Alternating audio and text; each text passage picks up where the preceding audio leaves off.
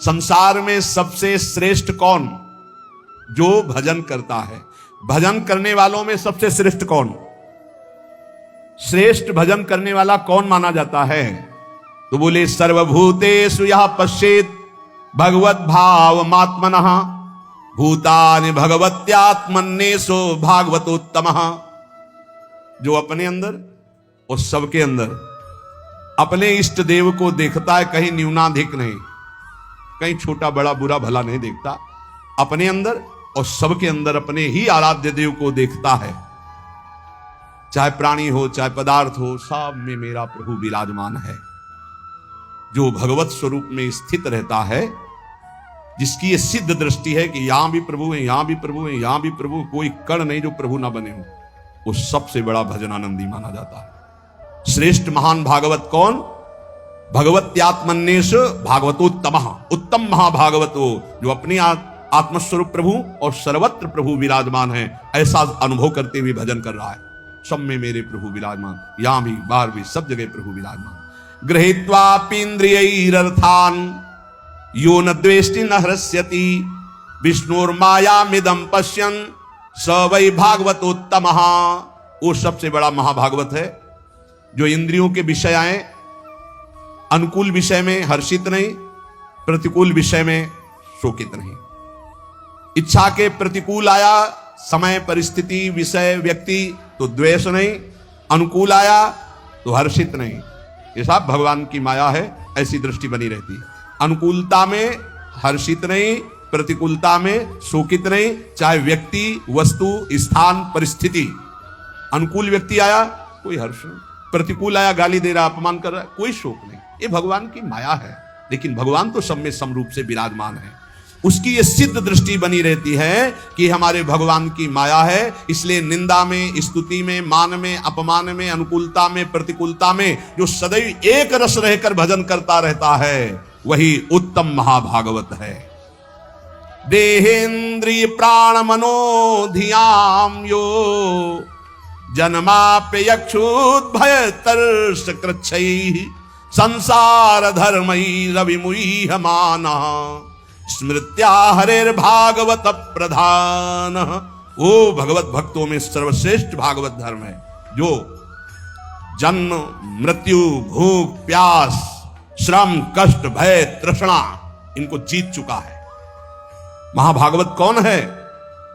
अब जन्म का कोई भय नहीं रहा। क्यों? यदि मेरा जन्म होगा तो मेरी प्रिया जो मेरे साथ होंगी। अब मेरा जन्म कर्म बंधन से नहीं होगा, अब प्रिया जो के साथ होगा। यत्र यत्र मम जन्म कर्म भिन्न नारके परमे पदे अथवा राधिका रत निकुंज मंडली तत्र तत्र हृदय में विराजिता। भजन कभी नष्ट नहीं होता। अगर चूक हो गई किसी को भगवत प्राप्ति नहीं, तो अगला जन्म जो होगा महाभागवत के रूप में, वो ब्याज सहित भजन। जैसे हिरण में फंस गए तो अगला जन्म हिरण का, पर हिरण के ही रूप में ऐसा भजन हुआ, अगला जन्म ब्रह्मबोध संपन्न महापुरुष के रूप में। उन्हें कहीं वेदांत पढ़ना नहीं पड़ा, जन्म से ही ब्रह्मबोध। भजन ऐसा प्रभावशाली। जन्म का भी भय खत्म, पता नहीं मेरा जन्म हो कि ना हो। वैसे तो पक्का पता चल जाता है अपने को कि अब खत्म हो गया, अब नहीं होगा। अपने कोई जब पेट छक जाता है तो दूसरे से प्रमाण नहीं होता, जाने मोरी छाती, अब हमारी जगह नहीं रह गई, भर गया पेट, पता चल जाता है। ऐसे ही अपने को पता चल जाता है जन्म होगा कि नहीं, खत्म खेल, पता चल जाता है। और मृत्यु का भी भय नहीं। जैसे विशाल हाथी गजराज के गले से फूलों की छोटी माला टूट के गिर जाए, उसे पता न चले, ऐसे भक्तों की मृत्यु होती है। जन्मत मरत दुसा दुख हो, ये भक्तों को ऐसा कष्ट नहीं होता जो जन्म पर और मृत्यु पर विजय प्राप्त कर लिया है। और जो भूख और प्यास पर, भूख प्यास ये व्यथित करते हैं, ये प्राणों का धर्म है, मेरा नहीं। धैर्य पूर्वक जो सह लिया गया। ऐसे जीवन में बहुत समय आए, बहुत समय, एक दो दिन नहीं, बहुत समय आए। प्रायः सच्चे कहते हैं, शायद आपको विश्वास न हो, वृंदावन के सिवा मुझे कभी रसोई में बैठकर भोजन मिला हो ऐसा पूरे जीवन में कभी याद नहीं। कभी कि ऐसे किसी गांव नगर में प्रवेश करके किसी रसोई में बैठना, गंगा का किनारा छोड़ना तो था ही नहीं। और काशी में तो घाट में ही किसी की रसोई में कि बाबा ऐसे बैठे हो गरम गरम बनता, कभी जीवन में नहीं ऐसा। कई दिन पर उत्साह ऐसा बढ़ता, मुझे भगवत साक्षात्कार करना है, इस बात का उत्साह किसी बात से फर्क नहीं पड़ता था। कभी ऐसे नहीं कि ऐसे बिल्कुल शोकग्रस्त कि कई दिन भोजन नहीं मिला, तो नवीन उत्साह नहीं, जैसे भगवान रखते हैं बहुत आनंदमय जीवन। और गंगा जी में हमने एक विशेषता पाई है, मां गंगा का ऐसा जल है कि वो सब पुष्टता देता रहता है। कई कई दिन भोजन न मिलने पर भी शरीर हमारा कभी क्षीण नहीं हुआ और एक दिव्यता रहती थी, एक पुष्टता रहती थी। कमंडल भर करके गंगा जल पिया तो ऐसा मानो माँ का दूध पिया हो, ऐसा बल उसमें रहता था। ये मतलब 10वें वर्ष का अनुभव है, 10वें वर्ष का अनुभव। जब लक्ष्य बन जाता है भगवत प्राप्ति तो भूख प्यास भी नहीं सताती। यही भागवती कृपा का बल होता है, कोई फर्क नहीं पड़ता। क्योंकि अंतर में जो हमारा निरोग स्वभाव, निरोग विचार, निरोग अवस्था है वो हमें बचाए हुए है। और अगर हम इस रोग में होते तो बहुत परेशान हो जाते, फिर कुछ नहीं होने वाला। भूख और प्यास ये केवल लक्ष्य के बल से सहा जाता है, लक्ष्य का। और फिर जब आनंद की अनुभूति होती तो इसकी कोई चिंता ही नहीं रहती। परीक्षित जी कह रहे हैं महाराज श्री सुखदेव जी से कि एक दिन की प्यास ने इतना विकल कर दिया था कि ब्रह्म ऋषि ने आंख नहीं खोला तो मरा हुआ सांप उनके गले में डाल दिया। और कई दिन हो गए हमने ना अन्न पाया है ना जल पिया, क्योंकि आमरण अनशन व्रत है। पर यह भूख प्यास मुझे बिल्कुल कष्ट नहीं दे रही, क्योंकि आपके श्रीमुख से निकली हुई कृष्ण कथा अमृत पान करके मेरा हृदय आनंदित हो रहा है। फिर श्रम, किसी भी तरह का कोई भी श्रम आपको परास्त न कर पाए। दिन भर आप लगे रहें पर आपको ऐसा महसूस ना हो कि बहुत थक गया। अगर यह महसूस होता है तो दो बातें नोट कर लेना, आप ब्रह्मचारी नहीं हैं और आपका लक्ष्य भगवत प्राप्ति नहीं है। दो बातें नोट कर ले। अगर दो बातें हैं, भगवत प्राप्ति और ब्रह्मचर्य ठीक है, तो यह शब्द नहीं आ सकता कि बहुत थक गया। शरीर स्वस्थ होना चाहिए। अगर रोग ग्रसित है तो बात अलग है। और कष्ट, भारी से भारी पीड़ा के समय भी एक आनंद की गुफा है अंदर। भजनानंदी महात्मा उस आनंद की गुफा में वातानुकूलित कक्ष में रहता है, बाहर आग लगी लगने दो। कष्ट की भारी स्थिति में भी एक आनंद की स्थिति होती है, जिसमें बड़े बड़े गुरुजन विराजमान रहे।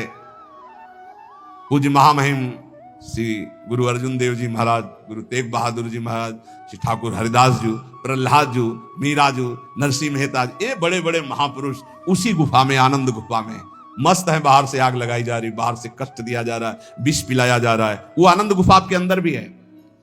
उसका दरवाजा खोल लीजिए।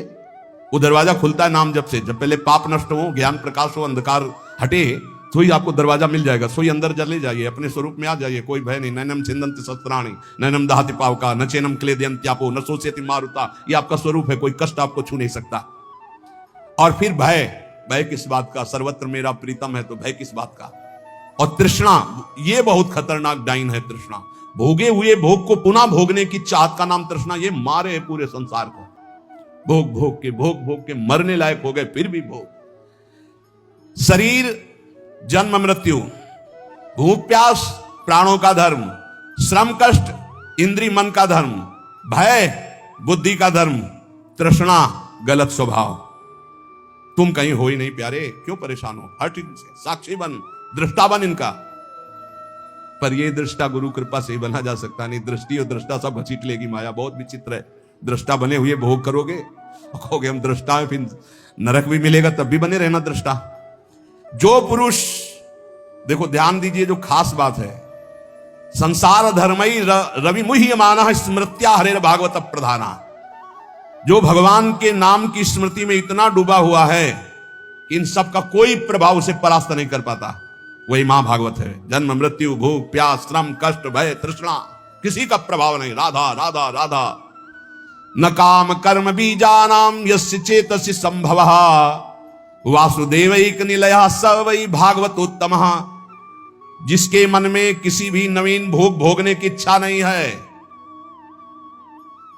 जो कर्म प्रवृत्ति उनके बीज वासनाओं का नाश कर चुका है, जो एकमात्र भगवान के चिंतन में निमग्न रहता है, वो महाभागवत है।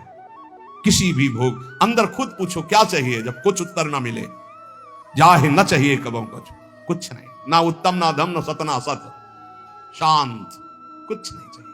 ये कब होता है? भजनानंदी महात्मा भजन में तृप्त रहता है, उसे कोई चाह नहीं रहती। जो एकमात्र भगवान में निवास करता है, भगवदानंद में, कोई नवीन भोग भोगने की इच्छा नहीं, कोई कर्म प्रवृत्ति का बीज ही नहीं, क्योंकि अब कुछ चाहिए ही नहीं। सब कर्म होते हैं कामना से, कामना से कर्म, कर्म से बंधन, फिर कामना, यही चक्र चलता रहता है। जो निरंतर भजन में इतना डूबा हुआ है कि कोई वासना नहीं, कोई इच्छा नहीं, कोई कर्म प्रवृत्ति की चाह नहीं, वो भगवत प्राप्त महाभागवत है। नयस्य जन्म कर्माभ्याम न वर्णाश्रम जाति भी सज्जते स्मिन् अहम भावो देहे वै सहरे प्रिया।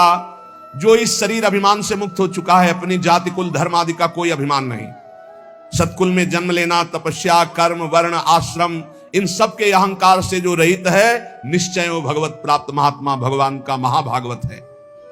न यश स्वपरिति वित्तेष्वात्मनि वाभिदा सर्वभूत समाः शान्तः स वै भागवतोत्तमा। जिसको धन संपत्ति का कोई राग नहीं रह गया, शरीर में अहंकार नहीं रह गया, परिवार में अपना पराया नहीं रह गया, सब पूरा विश्व हमारा परिवार, शरीर में अहंकार नहीं, और 1 रुपया अपने पास नहीं, अपने नाम नहीं, अपना नहीं, जो सर्वत्र समस्वरूप परमात्मा को देखता है, किसी भी घटना से, किसी भी उससे विक्षिप्त नहीं होता। अच्छा हुआ, जो हुआ अच्छा हुआ, भगवान की बड़ी कृपा, इसमें भी कोई मंगल होगा, और शांत रहता है हर परिस्थिति में, वो भगवान का उत्तम महाभागवत है, उत्तम भक्त है। त्रिभुवन विभव हे तवेप्यकुंठ स्मृति रजितात्म सुरादिभिर्विमिग्रयात् न चलति भगवत पदारविंदाल्लव निमिषार्धमपि यः स वैष्णवाज्ञः। ये विश्राम की तरफ सत्संग है, ये श्लोक को ध्यान से सुन लो। बड़े बड़े देवता और ऋषि मुनि अपने अपने अंतःकरण को भगवतमय बनाते हुए जिन्हें ढूंढते रहते हैं, ऐसे भगवान का आधे पल के लिए भी जो चिंतन नहीं छोड़ता, त्रिभुवन की राज्य लक्ष्मी देने पर भी, 100 रुपया, 500 रुपया, लाख, 2 लाख, करोड़ की बात नहीं हो रही, त्रिभुवन का पूरा वैभव दिया जाए और कहा जाए आधे पल के लिए प्रभु को भूल जाओ, वो नहीं भूलेगा। बोले ऐसे को महाभागवत कहते हैं। हमारी साधना की पूर्णता कहा है कि बड़े से बड़े प्रलोभनों में भी हमारा मन न जाए, भगवान के चिंतन में लगा रहे, वही महाभागवत है जो आधे पल के लिए भी त्रिभुवन की राजलक्ष्मी देने पर भी भगवान का विस्मरण ना करे। इसलिए अपने जीवन को विसृजति हृदयम नयस्य साक्षात धरीर वशाभीतोप्यगहुघनासाः प्रणय रसनया धृतांगी पद्महा सा भवति भागवत प्रधान उक्तः। जो भगवान का नाम उच्चारण करता है तो सारे पाप भस्म हो जाते हैं। अगर ऐसे बोले राधा, अपने लोग जो जय जय श्री राधे बोलते, दूर तक जब नाम ध्वनि जहां भी जाएगी, वैसे आप जहां गांव घर में भी निवास करते हो 3 बार तो जोर से चिल्ला के बोला ही करो जय जय श्री राधे। भले वो कहेंगे बड़ा भगत है, बड़ा ढोंगी है, लेकिन उनके भी कान में राधा नाम पड़ेगा तो उनका कल्याण होगा, तो उसका तुमको और पुण्य मिलेगा। भक्त जानते हो क्यों धनी हो जाते हैं? क्योंकि जब सबसे नाम कीर्तन करवाते तो सबका मंगल होता है, तो उस मंगल का उनको भी मंगल प्राप्त होता है। ये भी ध्यान रखो। लौकिक उदाहरण में जैसे बीमा कंपनी में है ना, तो बीमा करवाओ तो जो बीमा करवाने आते हैं वो फ्री नहीं होते, वो हाथ जोड़ते हैं, करवाते हैं, तो उनको भी उनको परसेंट मिलता है।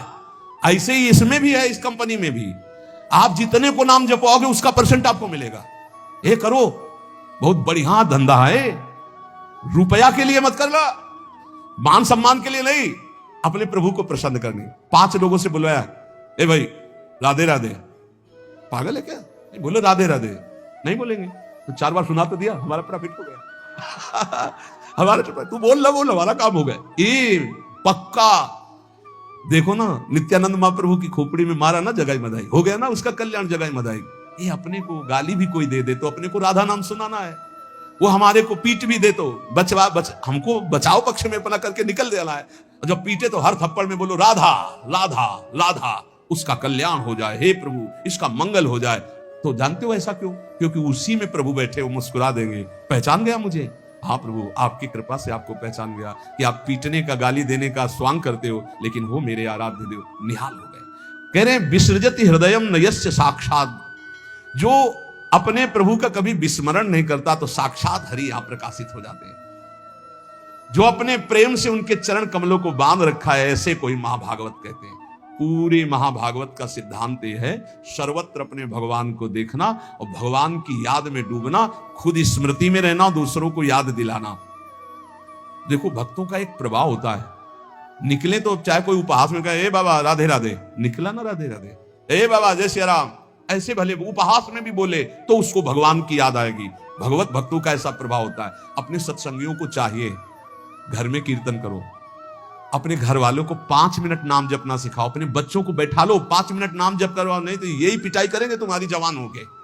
इनको संस्कार दे रहे हो आधुनिक, और आधुनिकता में रजोगुण तमोगुण बढ़ता चला जाएगा, तो यही तुम्हारे सामने जब नशा पी के आएंगे तो तुम्हें गाली देंगे। इनको सिखाओ धर्म, इनको सिखाओ नाम जप करना, इनको अध्यात्म की बातें सुनाओ। ये अच्छे राष्ट्र भक्त, ये अच्छे मातृ पितृ भक्त, जिनके हृदय में भावना शुद्ध होती, वो सबका मंगल करते हैं। ये नाम का धंधा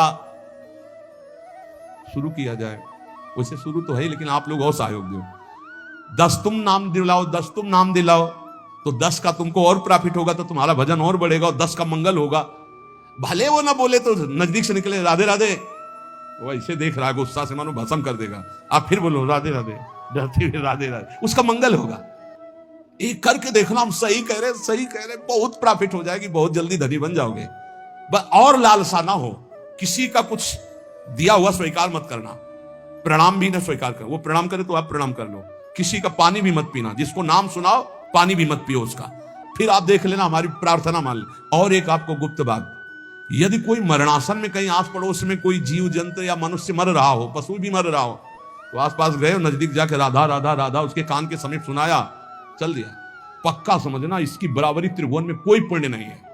मरणासन पुरुष को भगवान नाम सुना देना, इससे बड़ा कोई पुण्य नहीं। उस जीव का निश्चित मंगल हो जाएगा, क्योंकि अब वो मरने की स्थिति में जा रहा है, अब उससे कोई पाप होने वाला नहीं। और आपने नाम सुना दिया, उसको भगवत प्राप्ति होगी, तो आप पर विशेष भगवान की कृपा होगी, आप प्रियालाल के विशेष लाडले बन जाएंगे। इसलिए खुद नाम जप करें और औरों को नाम स्मरण कराएं।